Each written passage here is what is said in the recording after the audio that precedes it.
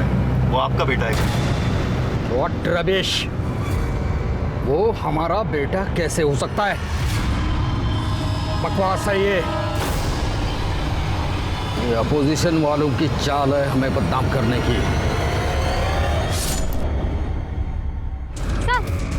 Sir, आपके बेटे अजिंक्य ने आपके ऊपर जो आरोप लगाया, क्या वो सच है? देखिए, इसके बारे में मुझे कुछ नहीं कहना है। चलो हटिए, चलो चलो सर प्लीज। एक मिनट। लेकिन उनके ना मानने से कुछ नहीं हुआ, क्योंकि ये खबर पूरे देश में फैल चुकी थी। सारे अखबार, टीवी चैनल्स, यहाँ तक कि चाय की दुकानों और आम लोगों के ड्राइंग रूम में भी यही चर्चा का विषय था। और इस खबर से पीछा छुड़ाने के लिए वो कुछ भी करने के लिए तैयार थे। पैसा देख और इस तमाशे को यही खत्म कर। तू क्या मेरा मुंह देख रही है? समझा अपने बेटे को, नहीं तो सिर्फ इनका ही नहीं, आपका भी बेटा हूं मैं। तुझे पता है तू किसके साथ बात कर रहा है? पैसा दे रहा हूँ, पैसा दे रहा हूँ, ले ले, नहीं तो मुझे और भी तरीके आते हैं समझाने के। जानता हूं कि अपने बाप से बात कर रहा हूं, जो मुझे अपनाना ही नहीं चाहता है, लेकिन एक बात का ध्यान रखिएगा कि मैं अपना हक लेकर रहूंगा, छोड़ूंगा नहीं। ये मामला इतना बढ़ गया था कि यशवंत मिश्रा चाहकर भी अपना तरीका इस्तेमाल नहीं कर सकते थे। फिर ये केस कोर्ट तक पहुंचा। कोर्ट ने यशवंत मिश्रा के डीएनए टेस्ट का ऑर्डर दिया और डीएनए टेस्ट में साबित हुआ कि अजिंक्य यशवंत मिश्रा का ही बेटा है। और हार कर यशवंत मिश्रा को भी मानना ही पड़ा और उन्होंने अपने हथियार डाल दिए। हम आज आप सबके सामने ये स्वीकार करते हैं कि अजिंक्य हमारा ही बेटा है। हम रोहिणी से शादी करेंगे और इन दोनों को अपना नाम देंगे। अब से अजिंक्य यशवंत मिश्रा है। आओ बेटा। इसके बाद अजिंक्य यशवंत के साथ रहने लगा और उसने अपने पिता की पार्टी भी ज्वाइन कर ली। कुछ समय बाद बीमारी के कारण यशवंत मिश्रा का निधन हो गया और उसके कुछ सालों के बाद अजिंक्य का भी मर्डर हुआ। और यहीं से हमारा केस और हमारी कहानी शुरू होती है।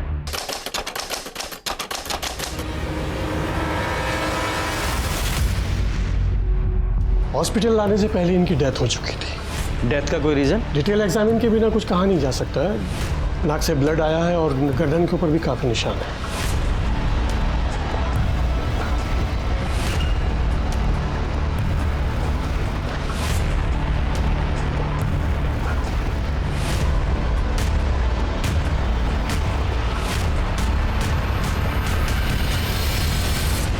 आप में से सबसे पहले बॉडी को किसने देखा?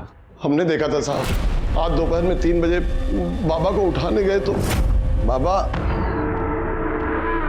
3 बज गया। बाबा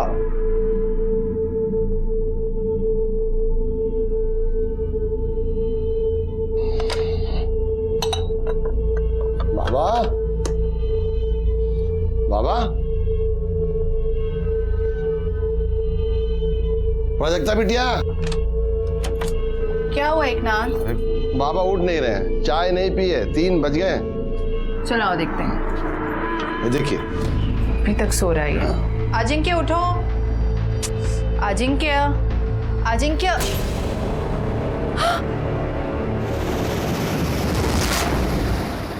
आप दोनों के अलावा उस समय घर में और कौन था? घर में एक नौकर और था, राजू। या क्या फालतू सवाल पूछ रहे? जब आपकी आंखों के सामने ये लड़की बैठी है जिसने मेरे बेटे को मार डाला, उसके बावजूद आप इतने विश्वास से कैसे कह सकती हैं कि इन्होंने मारा है? ये चुड़ैल, आप इसकी भोली भाली सूरत में मत जाइए। इसकी वजह से एक माँ को अपने बेटे से दूर होना पड़ा। इसकी वजह से मैं बगल वाले घर में रहती हूँ। इसने माँ बेटे को दूर कर दिया, इसकी वजह से सब हो गया है। आप अपने बेटे के साथ नहीं रहती, उसके बगल वाले घर में रहती हैं। अच्छा, आपने आखिरी बार अपने बेटे को कब देखा था?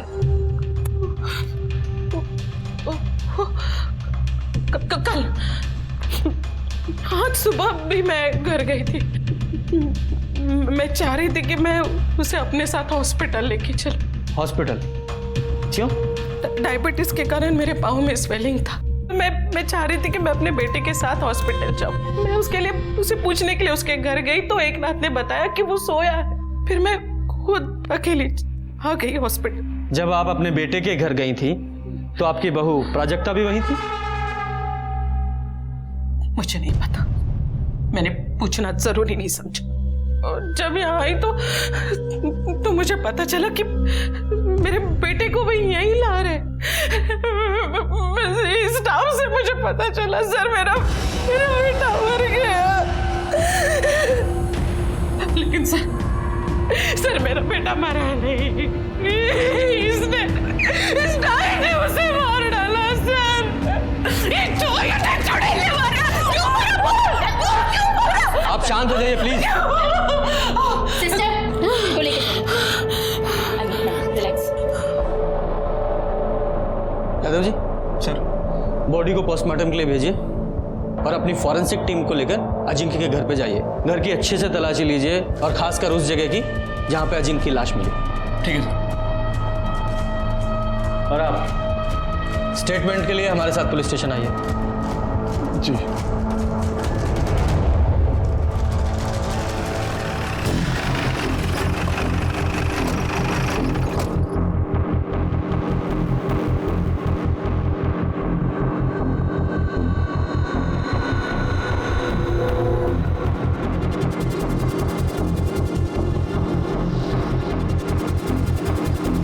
ये ब्लड सैंपल कलेक्ट कर लो और ये चादर को भी फॉरेंसिक के लिए भेज दो।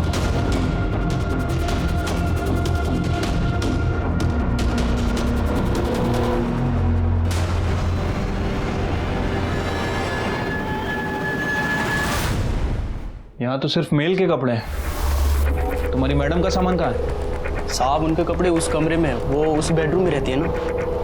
वो वहाँ रहती है? हाँ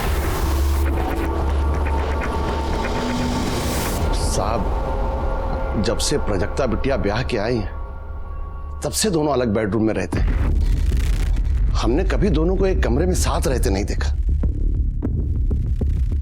दोनों हस्बैंड वाइफ एक ही घर में रहते हुए अलग अलग बेडरूम में सोते थे, ऐसा क्यों? कहा जाने साहब, हमने तो बस इतना देखा कि प्राजक्ता बिटिया अलग कमरे का खूब फायदा ले रही। फायदा उठा रही थी मतलब ये कि हम एक दिन किसी काम से राजू को ढूंढ रहे थे तो हमने देखा कि राजू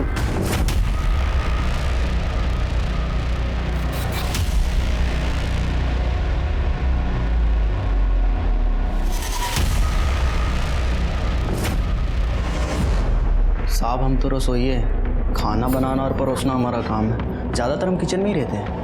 अब घर में क्या होता है क्या चलता है हमको नहीं पता साहब। जो दिखाई भी देता है और सुनाई भी पड़ता है। तो घर में क्या हो रहा है ये तो दिखाई दिया होगा, सुनाई दिया होगा कुछ? या खाना बनाने के अलावा प्राजक्ता मैडम के पैरों की मालिश से फुर्सत नहीं मिलती? ऐसी बात नहीं है साहब। हाँ, हमने 1-2 बार पैर जरूर दबाए थे जब उनकी तबीयत खराब थी। ये लीजिए मैम साहब पानी।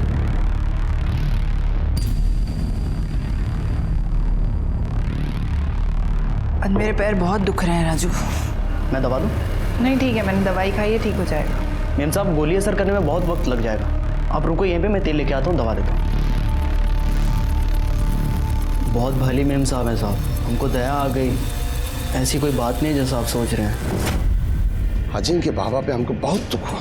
कितना मेहनत की अपने बाप से नाम के लिए, और जब से ये औरत आई है उनका पूरा जीवन बर्बाद।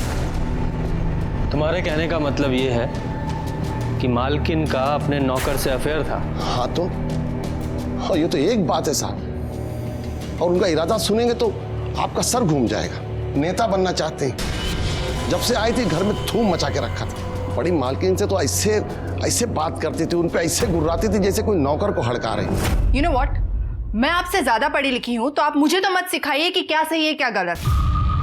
समझा ना आपको? Stay away.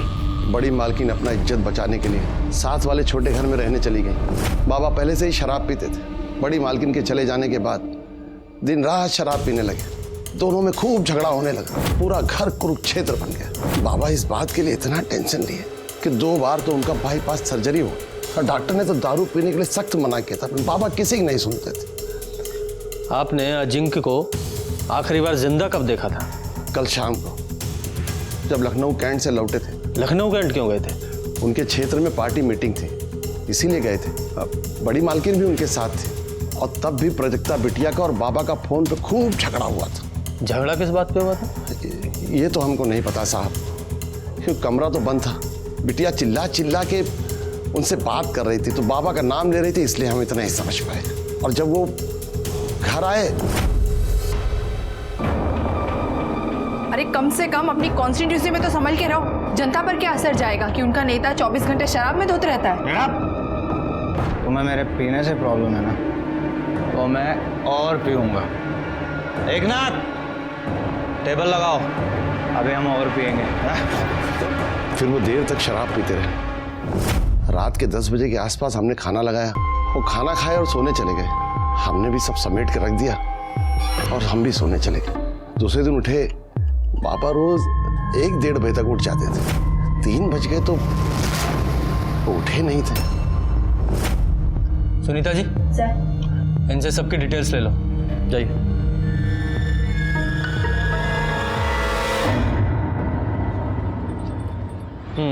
Thank you.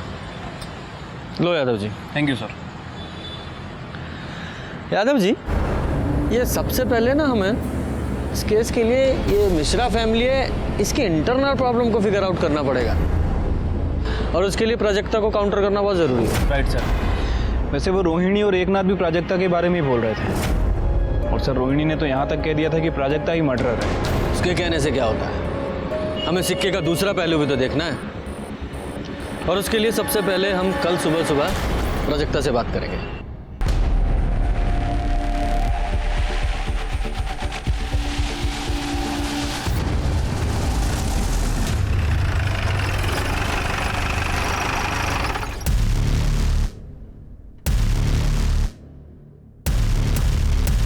वैसे तो आपकी और अजिंक्य की पूरी शादी मीडिया ने कवर की थी, पर हमें उससे पहले से जानना है कि आप अजिंक्य से कब और कैसे मिले।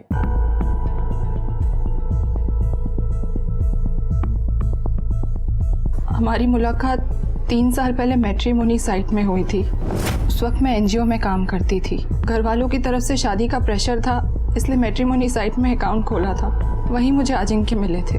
फिर मैंने अजिंक्य को कांटेक्ट किया और कुछ मुलाकात में ही हम एक दूसरे को पसंद करने लगे। फिर हमने डिसाइड किया कि शादी से पहले हमें कुछ वक्त लिव इन में बिताना चाहिए ताकि एक दूसरे को समझ सके, और ये जानना भी ज़रूरी था कि हम शादी के बाद पूरी ज़िंदगी एक दूसरे के साथ रह सकते हैं या नहीं। 1 साल लिव इन में बहुत अच्छे से गया और उसके बाद हमने शादी कर ली। जब हम लिव इन में थे तब अजिंक्य ड्रिंक करते थे, पर ओकेशनली करते थे। फिर शादी के बाद पता नहीं क्या हुआ उन्हें, जो 24 घंटा शराब में धोते रहते थे। इस वजह से हमारे झगड़े भी होते थे, लेकिन हमारे झगड़े का कारण सिर्फ शराब नहीं थी। मतलब मिश्रा फैमिली का पास्ट, स्पेशली अजिंक्य का, जो बार बार हमारे रास्ते की दीवार बन रहा था। कैसा पास्ट? मीनल शर्मा, वो हमारी शादी के सख्त खिलाफ थी। उन्हें कन्विंस करने के लिए मैं उनके घर तक गई थी। अरे प्राजक्ता, तुम्हें ऐसा क्यों लगा कि मैं तुमसे नाराज होंगी? बल्कि मैं तो बहुत खुश हूँ कि अजिंक्य तुमसे शादी कर रहे हैं। मैं तुम्हारी शादी में जरूर आऊंगी। लेकिन फिर भी वो हमारी शादी में नहीं आई। वो आपकी शादी के खिलाफ क्यों थी? इंस्पेक्टर, कहने को तो मीनल अजिंक्य की दूर की भाभी है, लेकिन कोई भी उन्हें देखकर बोल सकता था कि वो लवर्स हैं। अजिंक्य अपना अधिकतर वक्त उसके साथ बिताते थे, घंटों उससे बात करते थे। फिर एक दिन मैंने उन्हें टोका तो वो बोले कि तुम्हारा दिमाग खराब है क्या? मुझे मेरी अपनी भाभी से मिलने और उससे बात करने में तुम्हें क्या प्रॉब्लम है? तुम कहीं वो टिपिकल बीवी की तरह मेरी लाइफ को कंट्रोल तो नहीं करना चाहती? फिर कुछ दिन बाद मैं मैके चली गई और एक दिन अचानक बिना बताए आ गई। फिर मैंने अजिंक्य से इस बारे में बात करी और उसने कन्फेस किया कि उसका और मीनल का अफेयर चल रहा है। लेकिन उसने मुझे ये भी कहा कि अब वो उससे ब्रेकअप कर लेगा और धीरे धीरे सब कुछ ठीक कर देगा। धीरे धीरे सब ठीक हो रहा था, लेकिन शादी के बाद भी हम फिजिकल नहीं थे। यहाँ तक कि उसने मुझे छुआ तक नहीं था, जबकि लिव इन में ऐसा नहीं था। मुझे लगा कि मुझे ही कोई पहल करनी चाहिए, इसलिए उस रात को मैं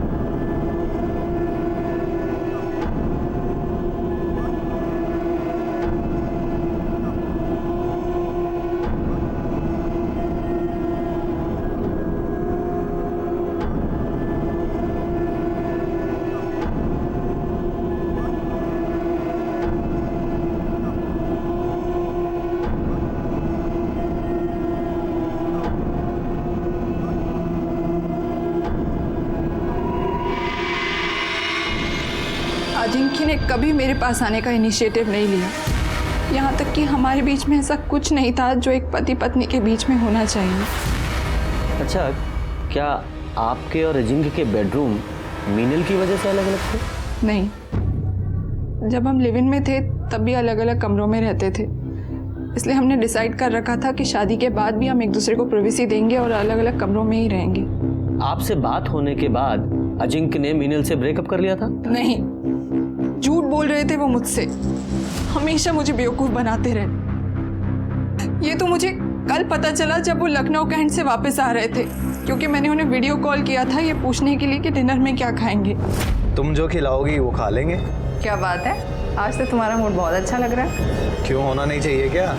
होना चाहिए। अरे आराम से चलाओ ना।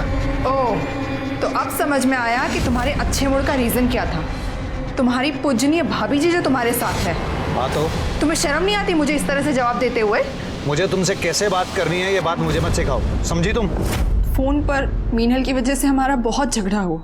मैंने तो ये भी सुना था कि मीनल का जो 6 साल का बच्चा है नीलेश, वो भी अजिंक्य की औलाद है। मीनल के पति सुबोध को शायद इस बात से कोई प्रॉब्लम नहीं थी, लेकिन मुझे थी। इसलिए उस रात जब अजिंक्य शराब के नशे में धुत आए और शराब पीने बैठे, तब मैंने उनसे इस बारे में बात करी। तुमने जिस चीज के लिए अपने पिताजी से लड़ाई करी, आज खुद भी वही कर रहे हो। क्या सीखा उनसे कि शादी के अलावा नाजायज बच्चे कैसे पैदा करते हैं? क्या बकवास कर रही है? तुझे मेरी नहीं दूसरों की बात पर भरोसा है? मतलब नीलेश तुम्हारा बेटा नहीं है? हाँ, वो मेरी औलाद है और वो शादी के बाद नहीं, शादी से पहले की है। तुझे सच सुनने का बहुत शौक है ना, तो और सुन। मैं शादी के बाद एक नहीं, हजारों औरतों के साथ सोया और आगे भी सोऊंगा, समझी?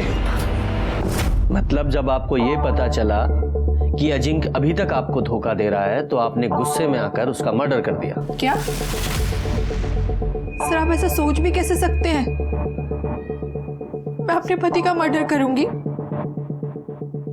इनफैक्ट उस रात को झगड़े के बाद मैं इतनी अपसेट थी कि मैं डायरेक्ट रूम में सोने चली गई और फिर सुबह ही मैं बाहर निकली हूँ। पूरी रात मुझे नींद नहीं आई। सोने के लिए मैंने अपना मेडिटेशन म्यूजिक तक ऑन किया था। पूरी रात सोचती रही कि अजिंक्य ने मेरी जिंदगी बर्बाद कर दी। ना उन्होंने मुझे एक्सेप्ट किया था, ना उनकी फैमिली ने, सिर्फ बड़े भाई साहब को छोड़कर। ये बड़े भाई साहब कौन? आदित्य मिश्रा, मेरे फादर इन लॉ की पहली वाइफ के बेटे। यादव जी, ये आदित्य मिश्रा की डिटेल्स ले लो। अच्छा, जिस रात अजिंक्य साहब की मौत हुई उस रात तुमने उन्हें देखा था? नहीं साहब, उनका खाना हम नहीं, हमेशा एकनाथ जी परोसते हैं। एकनाथ जी ने बोला कि वो देख लेंगे, हम जा सकते हैं, इसलिए किचन समेट के हम सर्वेंट क्वार्टर की तरफ सोने के लिए जा रहे थे। तभी गांव से जोरू का फ़ोन आया और कमरे में सिग्नल नहीं आता सर, तो इसलिए बंगले के बाहर बात करने के लिए चले गए। तो वहीं आदित्य साहब को आते हुए मैंने देखा था।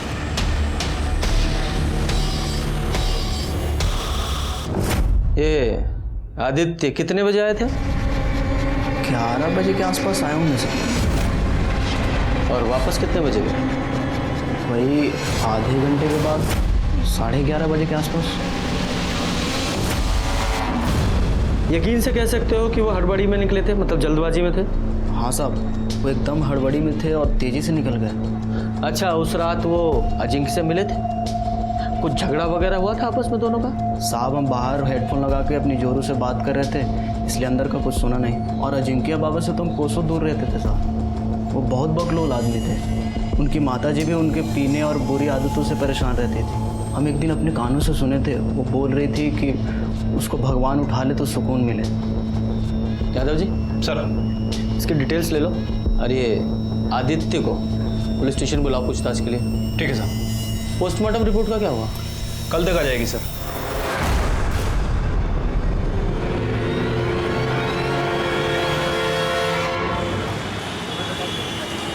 रिपोर्ट के हिसाब से अजिंक्य की मौत 6 तारीख को 11 से 12 के बीच में हुई है। हाँ सर, और बॉडी को सबसे पहले एकनाथ ने देखा था दोपहर 3 बजे के आसपास, ऑलमोस्ट 15 घंटे बाद। ब्लड में अल्कोहल की भारी मात्रा भी है, गले पे खरोंच के निशान भी। सर, हो सकता है कि पहले उसका गला दबाकर उसे मारने की कोशिश की गई हो, दोनों के बीच स्ट्रगल हुआ हो और इसी वजह से किलर के नाखूनों में विक्टिम की स्किन फंस गई हो।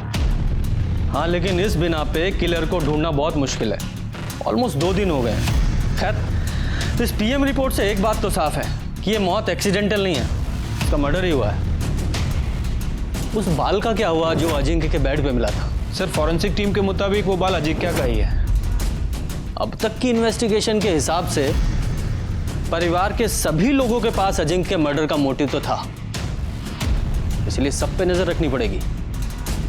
एक काम करो, पूरी फैमिली के सीडीआर रिपोर्ट निकालो और नौकरों की भी। ठीक है सर, आदित्य मिश्रा 6 तारीख से लापता है और उसका फोन भी नॉट रीचेबल है। ये राजू ने बयान दिया था कि आदित्य मिश्रा अजिंक्य के घर में रात को 11 बजे घुसा था और 11:30 बजे बाहर निकल गया था, और अजिंक्य का मर्डर भी 11 से 12 के बीच में हुआ है। कहीं ये आदित्य मिश्रा ही तो उसका मर्डर करके नहीं निकल गया? गायब भी है। सुनीता जी, इस आदित्य मिश्रा के कॉल रिकॉर्ड्स और लोकेशन निकलवाओ। सर।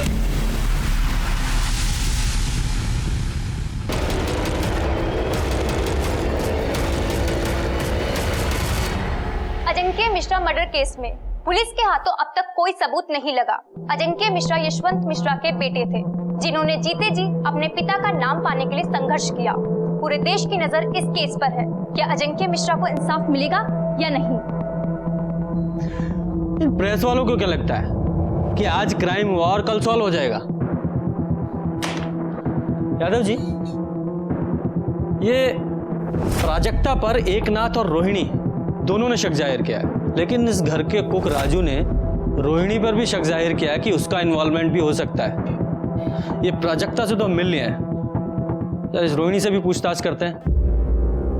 प्राजक्ता बहुत ही कमीनी और चालाक औरत है। सबसे पहले तो उसने मेरे बेटे से बात की कि वो उसे पार्टी से इलेक्शन लड़ने के लिए टिकट दिलवाए। जब बेटे ने मना कर दिया तो इस लड़की ने पता है क्या किया, ये सीधा जाके हमारे पार्टी के सीनियर से मिल गई। जाहिर सी बात है, सीनियर ने उसकी शिकायत की अजिंक्य से। बहुत झगड़ा हुआ दोनों का, और प्राजक्ता ने उसे माफी मांगने के बजाय ये लड़की हमारे अपोजिट पार्टी से शामिल हो गई।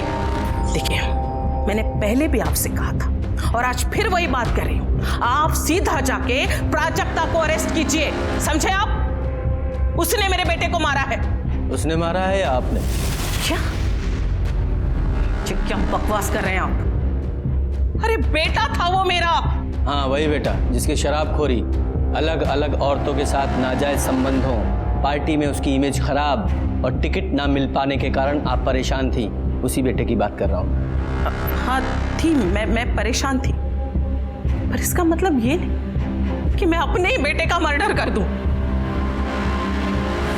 6 तारीख की शाम से रात तक आप कहाँ थी? 6 को मैं अपने बेटे के साथ लखनऊ कैंट से वापस आ रही थी। हमारे पार्टी की एक मीटिंग थी। रास्ते में मेरे बेटे को प्राजक्ता का फोन आया। पता नहीं क्या बात थी, लेकिन उन दोनों में बहुत झगड़ा हुआ। बहुत गुस्से में था अजिंक्य तक। फिर उसने मुझे घर ड्रॉप कर दिया और वो चला गया। प्राजक्ता ने इसलिए झगड़ा किया क्योंकि मीनल आप लोगों के साथ थी।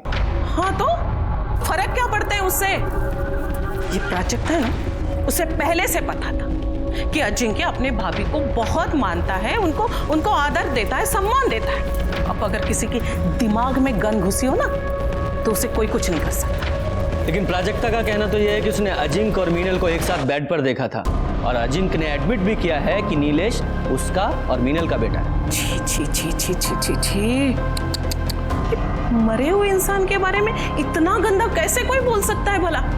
और आप भी इंस्पेक्टर, उसकी ये सब बेतों की बातों पे आप भरोसा कर रहे हैं? देखिए मैडम, हम सिर्फ अपना काम कर रहे हैं। अच्छा ये बताइए, 6 तारीख को आप लोग जब लखनऊ कैंट से लौटे तो पहले आपने मीनल को काकोरी नगर छोड़ा, उसके बाद आप लोग घर आ गए, है ना? जी नहीं, उस रात मीनल यहीं रुकी थी मेरे साथ मेरे घर पे। दूसरे दिन सुबह वो काकोरी नगर के लिए चली गई। वो बेचारी तो मेरी तरह सदमे में है। उसे तो विश्वास ही नहीं हो रहा है कि अजिंक्य अब हमारे बीच में नहीं है। मुझे एक बात समझ में नहीं आ रही है, आप इन सब फालतू बातों में वक्त बर्बाद करने के बजाय आप मेरी बात क्यों नहीं सुन रहे? आप जाकर प्राजक्ता को अरेस्ट क्यों नहीं कर रहे हैं? हमें आपकी बातों को फॉलो नहीं करना है, लॉ को फॉलो करना है, और जरूरत पड़ी तो दोबारा आपसे मुलाकात होगी।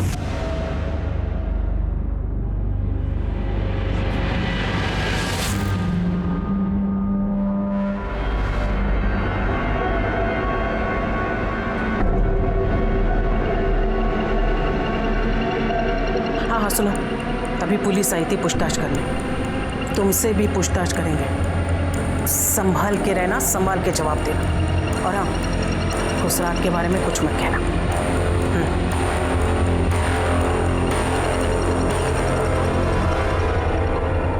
यादव जी सर, ये रोहिणी बार बार प्राजक्ता को ब्लेम कर रही है, इसका कोई तो रीजन होगा। कुछ तो है जो इस फैमिली में चल रहा है। इस रोहिणी की स्टोरी को भी क्रॉस चेक करना पड़ेगा।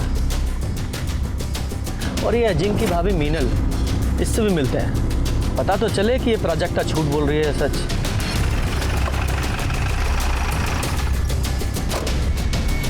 प्राजक्ता इतनी कमीनी है कि उसे अच्छी तरीके से मालूम था कि अजिंक्य मेरे भाई जैसा था, फिर भी उसने मुझे और अजिंक्य को बदनाम करने में कोई भी कसर नहीं छोड़ी। और उसका साथ दिया उस आदित्य ने, क्योंकि उसे अचानक से आया ये नया भाई बर्दाश्त नहीं हो रहा था ना, जो उसकी प्रॉपर्टी में आधे का हिस्सेदार बन गया था। नीलेश अजिंक्य का बेटा है, ये अफवाह भी उसी ने फैलाई थी। इससे मेरी शादी तो टूटने के कगार पर थी ही, अजिंक्य के घर की शांति भी चली गई।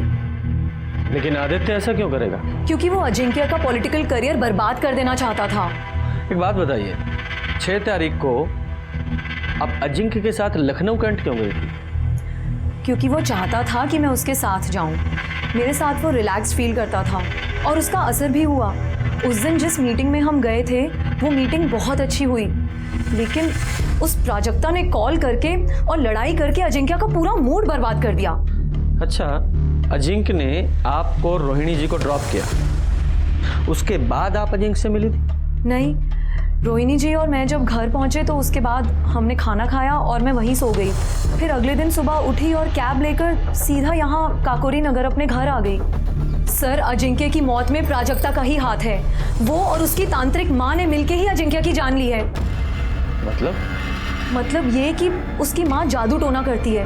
और ये मैं ऐसे ही नहीं कह रही हूँ, ये मैं एक्सपीरियंस से आपको बता रही हूँ। जब प्राजक्ता ने मेरे और अजिंक्य के बारे में अपनी माँ के आगे बकवास की तो वो यहाँ मेरे घर मुझसे लड़ने के लिए आई थी। दूर रहना अजिंक्य से। अगर तूने मेरी बेटी का घर तोड़ा तो मैं तुम्हारी गृहस्थी भी बसने नहीं दूंगी। ये देख रही हो, इसमें तुम्हारी जान बसी है। इसमें मेरी जान है। आज मुझे समझ में आया कि तुम्हारी बेटी का जो पागलपन है ना, वो कहाँ से आया है। अपने ये पत्थर लो और निकलो यहाँ से, वरना धक्के मार के बाहर निकाल दूंगी, समझी? उसका मजाक उड़ाना मुझे बहुत भारी पड़ा। रात तक नीलेश को हाई फीवर हो गया था। सारे ट्रीटमेंट कराए, दवाइयाँ बदली, डॉक्टर बदले, लेकिन फीवर जा ही नहीं रहा था। मेरा बच्चा दिन पर दिन कमज़ोर हुए चला जा रहा था। सर, वैसे तो मैं इन सब बातों में विश्वास नहीं करती हूँ। फिर एक दिन मुझे याद आया कि तेजस्विनी ने मुझसे कहा था कि मेरी जान उसके हाथों में है, और मेरी जान तो मेरे बेटे नीलेश में बसती है, लेकिन सवाल मेरे बेटे का था।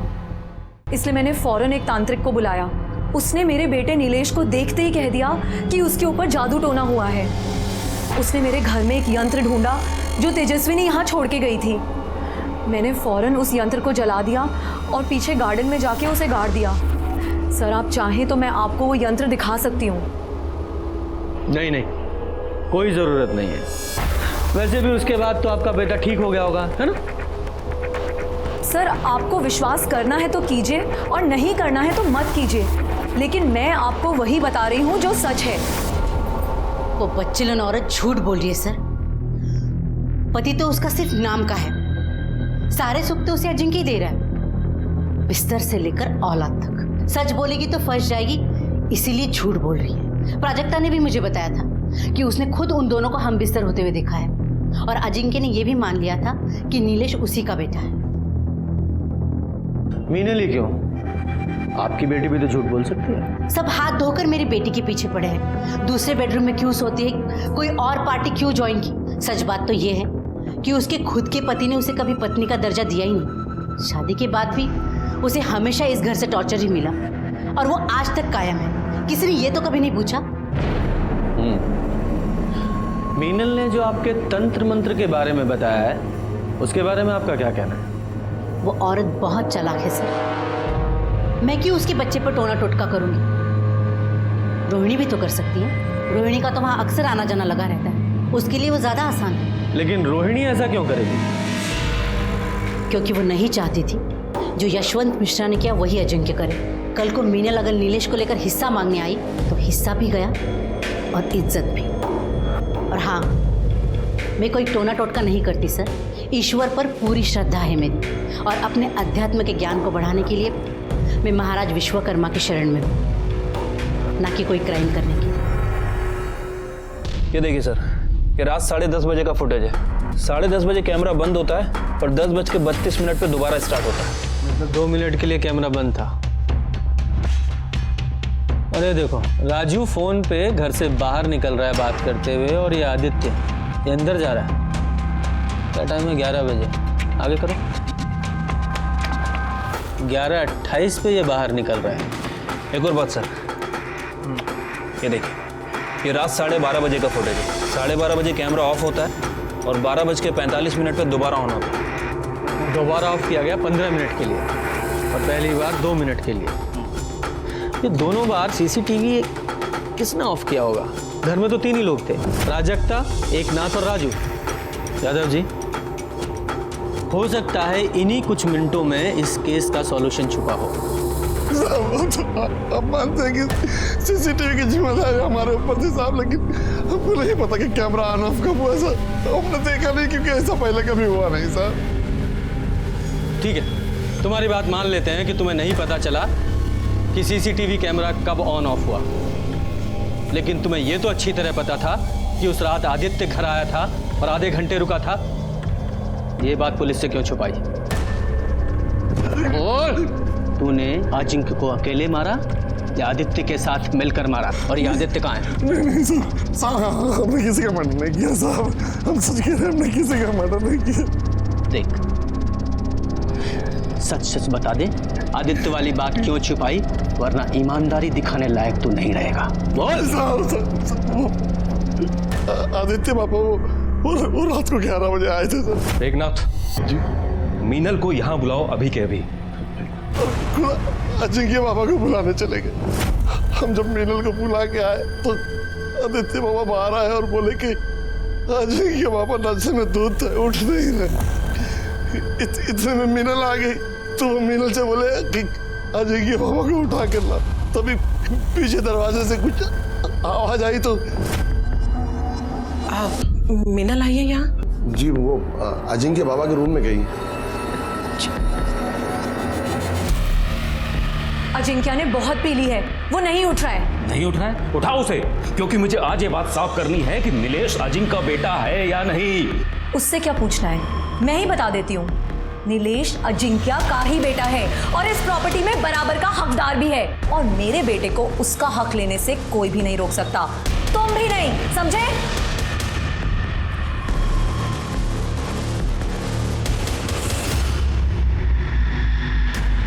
देखा आपने क्या कह रही थी वो? हाँ, जो कुछ भी आपने मेरे साथ किया है वो सब कुछ आपके साथ हो रहा है। तुम और तुम्हारा बेटा, तुम दोनों मिलके मुझे सड़क पे लाए थे ना। अब तुम्हारा नंबर है, क्योंकि ये तो दारू पीना छोड़ने वाला नहीं है और ये एक ढेला भी छोड़ने वाली नहीं है। यही है कर्मा, अब भुगतो। अरे आदित्य के जाने के बाद रोहिणी जी ने क्या किया? कुछ नहीं सर, वो भी वापस लौट गई थी सर। साहब, हमने कुछ नहीं किया सर। गुप्ता जी, सर इसे लेके जाओ और इसकी खातिरदारी कर लो। हमने कुछ नहीं किया साहब। हमारी यादव जी, इस रोहिणी और मीनल दोनों को पुलिस स्टेशन बुलाओ, और इस केस की जड़ तक पहुंचने के लिए इस आदित्य का मिलना बहुत जरूरी है।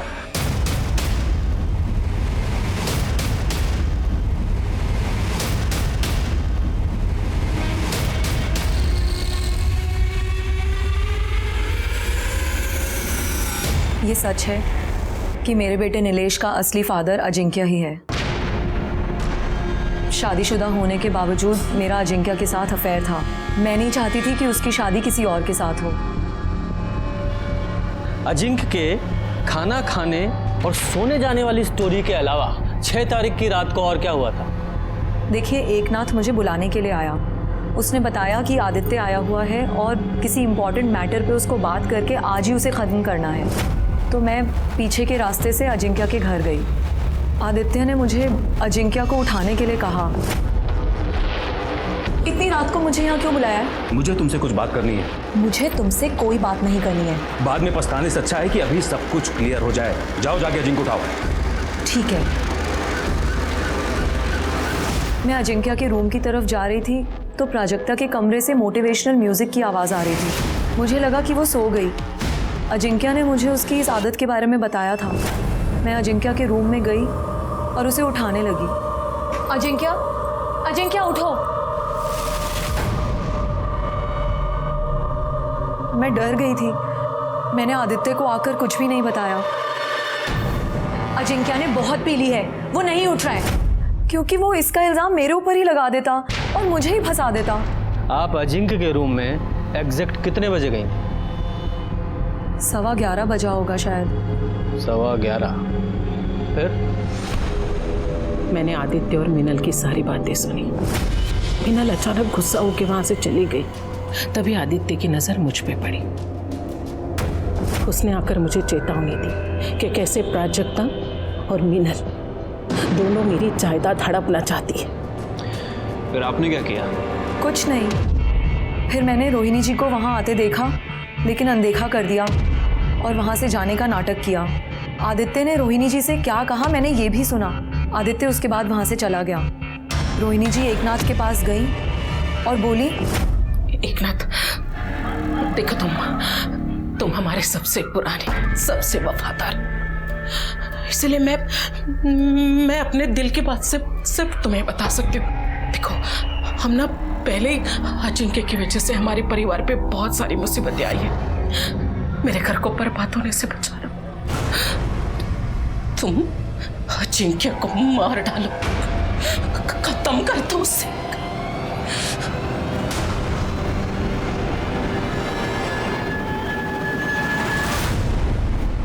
तो तुम्हारी इस कहानी के अनुसार रोहिणी एकनाथ से एक मरे हुए आदमी को मारने के लिए कह रही थी। मैं कहानी नहीं बना रही हूँ सर, मैं सच कह रही हूँ।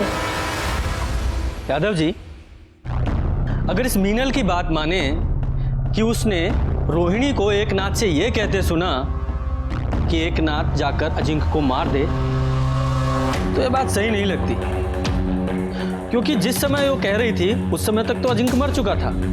इसका मतलब रोहिणी या एकनाथ दोनों में से कोई मर्डर नहीं हो सकता, क्योंकि उस समय तक तो अजिंक्य मर चुका था। अब घर में बचे 3 लोग, प्राजक्ता, आदित्य और खुद मीनल। सर, मिश्रा फैमिली के कॉल रिकॉर्ड्स आ गए हैं। सर, बाकी सब में तो कुछ खास नहीं मिल रहा है, लेकिन सर मिश्रा हाउस के लैंडलाइन से रात को 10:30 और 2 बजे 2 कॉल्स किए गए हैं, और ये कॉल्स जिन्हें किए गए हैं वो काफ़ी इंटरेस्टिंग है। देखिए। यादव जी, आप भी देखिए। उठाओ इसे। तब तक हम प्राजक्ता से बात करते हैं। ठीक है साहब।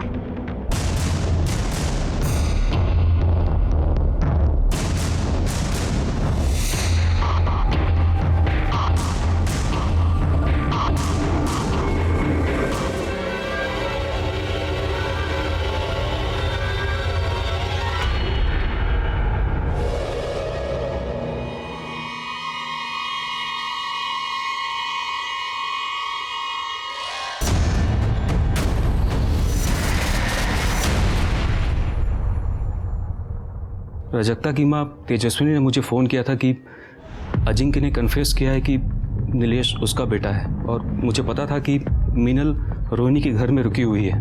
मैं मीनल और अजिंक्य से सिर्फ ये कंफर्म करना चाहता था कि नीलेश अजिंक्य का बेटा है या नहीं, और इस सिलसिले में मीनल और रोहिणी ने आपको जो कुछ बताया है वो सच है, लेकिन ये सच नहीं है कि मैंने अजिंक्य को मारा है।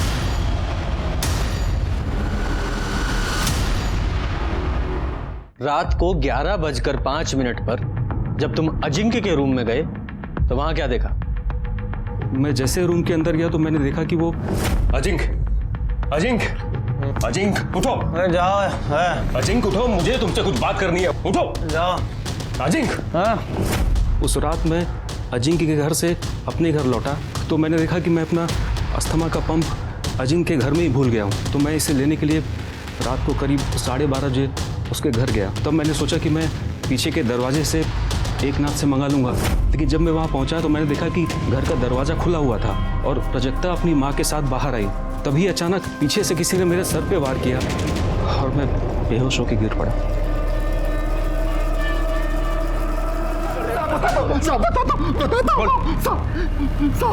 हम नीचे थे, जैसे मैडम का गाड़ी में इंतजार कर रहे थे, तभी आदित्य उन पर किसी बात को लेकर चिल्ला रहा था। हमें लगा साहब कि वो उनको नुकसान न पहुंचा दे, इसलिए हम पीछे से गए और उन पर हमला कर दिया साहब। उनको वहीं बंधक बना के रखा साहब। हमने ये अपनी मर्जी से नहीं किया साहब। किसकी मर्जी से किया? तो 6 तारीख की रात को आप अजिंक्य के यहाँ गई थी, है ना? गई थी। मेरी बेटी दुखी थी और उसे सहारा देने के लिए मैं गई थी। मीनल अजिंक्य पर दबाव बना रही थी कि वो नीलेश को अपना वारिस बना दे, वरना वो सबको सच बता देगी। प्राजक्ता की तो खुद की औलाद ही नहीं थी। शादी के बाद उस कमरे ने उसे एक बार भी हाथ नहीं लगाया। प्राजक्ता समझ चुकी थी कि अजिंक्य से उसे एक फूटी कौड़ी भी नहीं मिलेगी। आप वहाँ कितने बजे पहुँचे? करीब 10:30 बजे। और वापस कितने बजे लौटे? 12:30 बजे। हाँ, इसका मतलब प्राजक्ता ने 10:30 बजे और 12:30 बजे सीसीटीवी कैमरा ऑफ कर दिया ताकि बाद में किसी को भी पता ना चले कि आप वहाँ गई थी। 12:30 बजे जब मैं वहाँ से निकली, घबरा मत, किसी को कुछ नहीं पता चलेगा कि ये सब हमने किया है। और वैसे भी इस सारी प्रॉपर्टी पर तुम्हारा ही हक है। उस अजिंक्य को तो मरना ही था, नहीं तो वो मीनल और उसका पिल्ला सब कुछ हत्या लेते। अच्छा, तुम लोगों ने अजिंक्य को मार दिया, वो भी जायदाद के लिए? लेकिन ये जायदाद तुम लोगों को मिलेगी नहीं। मैं पुलिस को सब कुछ बताऊंगा। मैंने संतोष को कहा था कि उसे कुछ दिन के लिए बंधक बना के रखे। उसके बाद मैं उस पर मंत्र फूंकने वाली थी। उससे उसकी याददाश्त चली जाती और वो सब कुछ भूल जाता।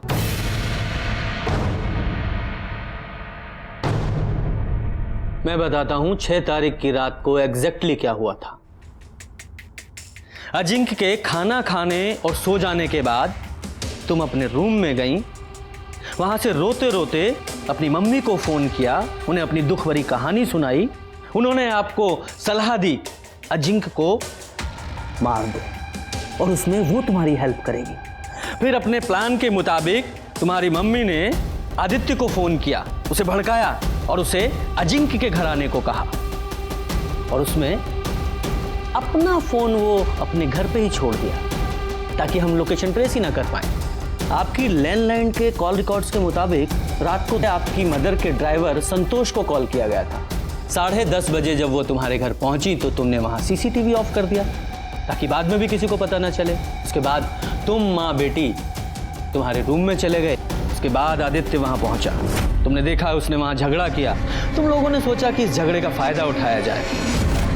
और जब आदित्य अजिंक्य के कमरे से बाहर निकल रहा था उसके बाद तुम दोनों माँ बेटी उसके रूम में गए और तुमने अजिंक्य को गला दबाकर मारने की कोशिश की, जिस कोशिश में उसकी गर्दन की स्किन तुम्हारी नाखूनों में आ गई। तो फिर भी नहीं मरा तो तुमने तकिए से उसका दम घोट दिया। वो बेचारा विरोध भी नहीं कर पाया क्योंकि वो शराब के नशे में धुत था। उसके बाद तुम अपनी माँ को लेकर फिर अपने रूम में आ गई। आराम से लाइट्स ऑफ की, म्यूजिक चला दिया ताकि यही लगे कि तुम आराम से सो रही हो। उसके बाद तुम लोगों ने सबके जाने का वेट किया और 12:30 बजे तुमने वापस सीसीटीवी ऑफ किया और अपनी माँ को बाहर छोड़ने आई। तभी आदित्य वहां पहुंच गया और तुम यहां। यही सच है ना? लालच और नफरत अगर आसपास हैं मतलब ये जुर्म की दस्तक है। इसी के साथ मैं सीनियर इंस्पेक्टर रंजीत ठाकुर आपसे विदा लेता हूं। फिर मिलेंगे किसी नए केस के साथ। तब तक देखते रहिए क्राइम पेट्रोल दस्तक, क्योंकि मकसद बताना नहीं बचाना है। जय हिंद।